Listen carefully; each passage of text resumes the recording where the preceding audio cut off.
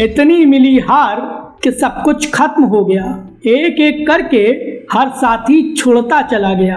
पहले नीतीश, फिर जयंत और क्या अब हेमंत सोरेन। क्या राहुल गांधी को एक और बड़ा राजनीतिक झटका लगने वाला है?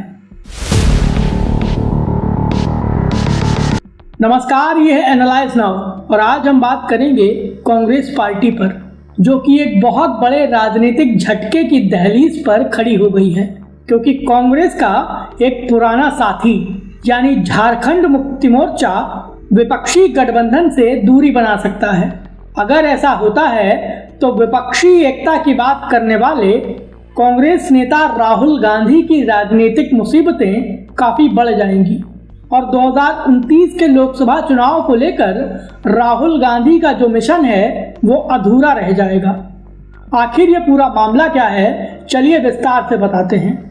वीडियो शुरू करें उसके पहले हमारे चैनल को सब्सक्राइब कर लीजिए और नए वीडियो के अपडेट सबसे पहले पाने के लिए हमारे चैनल की नोटिफिकेशन सेटिंग ऑन कर लीजिए।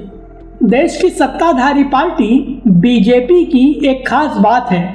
बीजेपी को जब ये लगता है कि वो अपने राजनीतिक दुश्मन से जीत नहीं सकती है तो वो ऐसे राजनीतिक दुश्मनों को अपने पाले में ले आती है और अपना दोस्त बना लेती है। जबकि कांग्रेस की दिक्कत ये है कि कांग्रेस में राहुल गांधी के अलावा किसी और नेता को कोई तवज्जो नहीं मिलती है, जिसके चलते गठबंधन में होने के बावजूद विपक्षी दलों के घटक दल कांग्रेस को लताड़ते रहते हैं।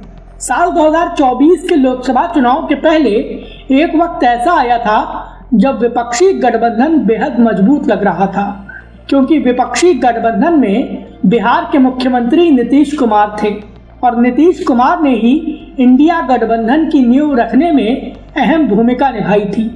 नीतीश कुमार विपक्षी दलों के गठबंधन की ओर से प्रधानमंत्री पद के उम्मीदवार बनना चाहते थे, लेकिन कांग्रेस का रवैया तो आप जानते ही हैं। कांग्रेस ने लंबे समय तक नीतीश कुमार को अपने साथ बहला कर रखा, लेकिन प्रधानमंत्री पद का प्रत्याशी घोषित नहीं किया, जिसके चलते नीतीश कुमार के सब्र का बांध टूट गया और चुनाव से पहले वक्त ऐसा आया कि नीतीश कुमार ने रातों रात पलटी मारी और एनडीए के साथ हो लिए। नीतीश कुमार को यह समझ आ गया था कि कांग्रेस और राहुल गांधी की वजह से वो कभी भी प्रधानमंत्री नरेंद्र मोदी के सामने विपक्षी दलों के पीएम कैंडिडेट नहीं हो पाएंगे। नतीजा ये कि नीतीश कुमार प्रधानमंत्री के साथ हो लिए। सभी जानते हैं कि अगर साल 2024 के लोकसभा चुनाव में नीतीश कुमार विपक्षी गठबंधन में होते तो किसी भी कीमत पर नरेंद्र मोदी सरकार नहीं बना पाते और ये बात शायद नरेंद्र मोदी भी जानते थे।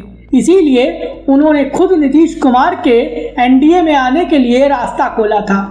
मोदी सरकार ने चुनाव से 6-7 महीने पहले एक ऐलान किया था और वो ऐलान क्या कि बिहार के पूर्व मुख्यमंत्री और जननायक कर्पूरी ठाकुर को भारत रत्न दिया जाएगा और कर्पूरी ठाकुर को भारत रत्न मिलने का ऐलान बिहार की राजनीति में एक बड़े बदलाव की सुगबुगाहट लेकर आया था। नतीजा ये कि लोकसभा चुनाव से कुछ महीने पहले नीतीश कुमार ने प्रधानमंत्री नरेंद्र मोदी का हाथ थाम लिया और राहुल गांधी अकेले पड़ गए। राहुल गांधी को उम्मीद थी कि अगर नीतीश कुमार विपक्षी गठबंधन में रहेंगे तो नरेंद्र मोदी को नुकसान होगा, लेकिन नरेंद्र मोदी ने राहुल गांधी से नीतीश कुमार जैसा साथी छीन लिया और जो यूपी में हुआ वही अब झारखंड में भी हो सकता है। यूपी की राजनीति की बात करें तो साल 2024 के लोकसभा चुनाव से पहले जयंत चौधरी की पार्टी आरएलडी समाजवादी पार्टी और कांग्रेस के गठबंधन में शामिल थी, लेकिन प्रधानमंत्री नरेंद्र मोदी की सरकार ने चुनाव से पहले एक मास्टर स्ट्रोक चला कि देश के पूर्व प्रधानमंत्री चौधरी चरण सिंह को भारत रत्न देने का ऐलान कर दिया। चौधरी चरण सिंह यानी जयंत चौधरी के बाबा, और बाबा को इतना बड़ा सम्मान मिला तो जयंत चौधरी भी एनडीए में शामिल हो गए और एनडीए के तहत ही उन्होंने 2024 का लोकसभा चुनाव लड़ा। इसके बाद जयंत चौधरी को राज्यसभा मिली, उन्हें मंत्री बना दिया गया। हमने आपको 2 एग्जाम्पल दिए हैं, और इन्हीं दोनों एग्जाम्पल्स की वजह से अब हम भविष्य की राजनीति को लेकर एक बड़ा अनुमान लगाने वाले हैं, और वो अनुमान झारखंड की राजनीति को लेकर है। भले ही झारखंड के विधानसभा चुनाव में इंडिया गठबंधन की जीत हुई थी, लेकिन एक सच ये भी है कि इस चुनाव में कांग्रेस पार्टी का प्रदर्शन काफी खराब रहा था। इसके चलते मौके बेमौके मुख्यमंत्री हेमंत सोरेन कांग्रेस की आलोचना कर देते हैं। इतना ही नहीं, हेमंत सोरेन ने अपनी सरकार में कांग्रेस के नेताओं को ज्यादा कोई प्रतिनिधित्व भी नहीं दिया है। और पिछले कुछ महीनों की राजनीति को देखें तो हेमंत सोरेन और दिल्ली के संबंध काफी ज्यादा मजबूत हुए हैं। हेमंत सोरेन दिल्ली से अपना काम बहुत आसानी से निकलवा लेते हैं। एक वक्त तो खबर ये भी आई थी कि झारखंड मुक्ति मोर्चा एनडीए में शामिल होने वाला है, लेकिन उस दौरान कोई खास बातचीत बनी नहीं थी। हालांकि ये जरूर कहा गया था कि पर्दे के पीछे से मुख्यमंत्री हेमंत सोरेन और बीजेपी के कुछ दिग्गज नेताओं के बीच गठबंधन को लेकर बातचीत हुई है, लेकिन वो बातचीत उस दौरान परवान नहीं चढ़ पाई थी। लेकिन जो बातचीत उस बार बेनतीजा रही थी, वो अब किसी नतीजे पर पहुंच सकती है, क्योंकि हाल ही में एक बड़ा घटनाक्रम हुआ है। इस बार जब राष्ट्रीय पुरस्कारों के नाम का ऐलान हुआ तो उसमें एक नाम झारखंड के पूर्व मुख्यमंत्री, झारखंड मुक्ति मोर्चा के नेता और मुख्यमंत्री हेमंत सोरेन के पिता शिबू सोरेन का नाम भी था।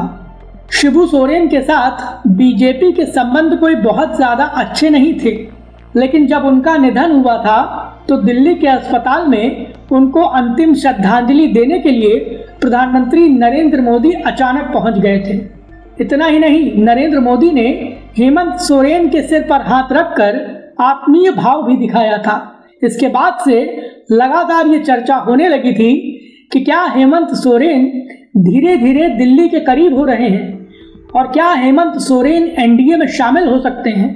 और अब जब राष्ट्रीय पुरस्कारों के नाम का ऐलान हुआ है और शिबू सोरेन को पद्म विभूषण से सम्मानित किया गया है, तो ऐसे में सियासी कयास लगाए जा रहे हैं कि संभव है कि हेमंत सोरेन इस बार नीतीश कुमार की तरफ पलटी मार जाएं, क्योंकि हेमंत सोरेन को भी पता है कि राज्य में उनके पास सबसे ज्यादा विधायक हैं, इसीलिए वो कांग्रेस के साथ रहें या बीजेपी के साथ, मुख्यमंत्री वही रहेंगे।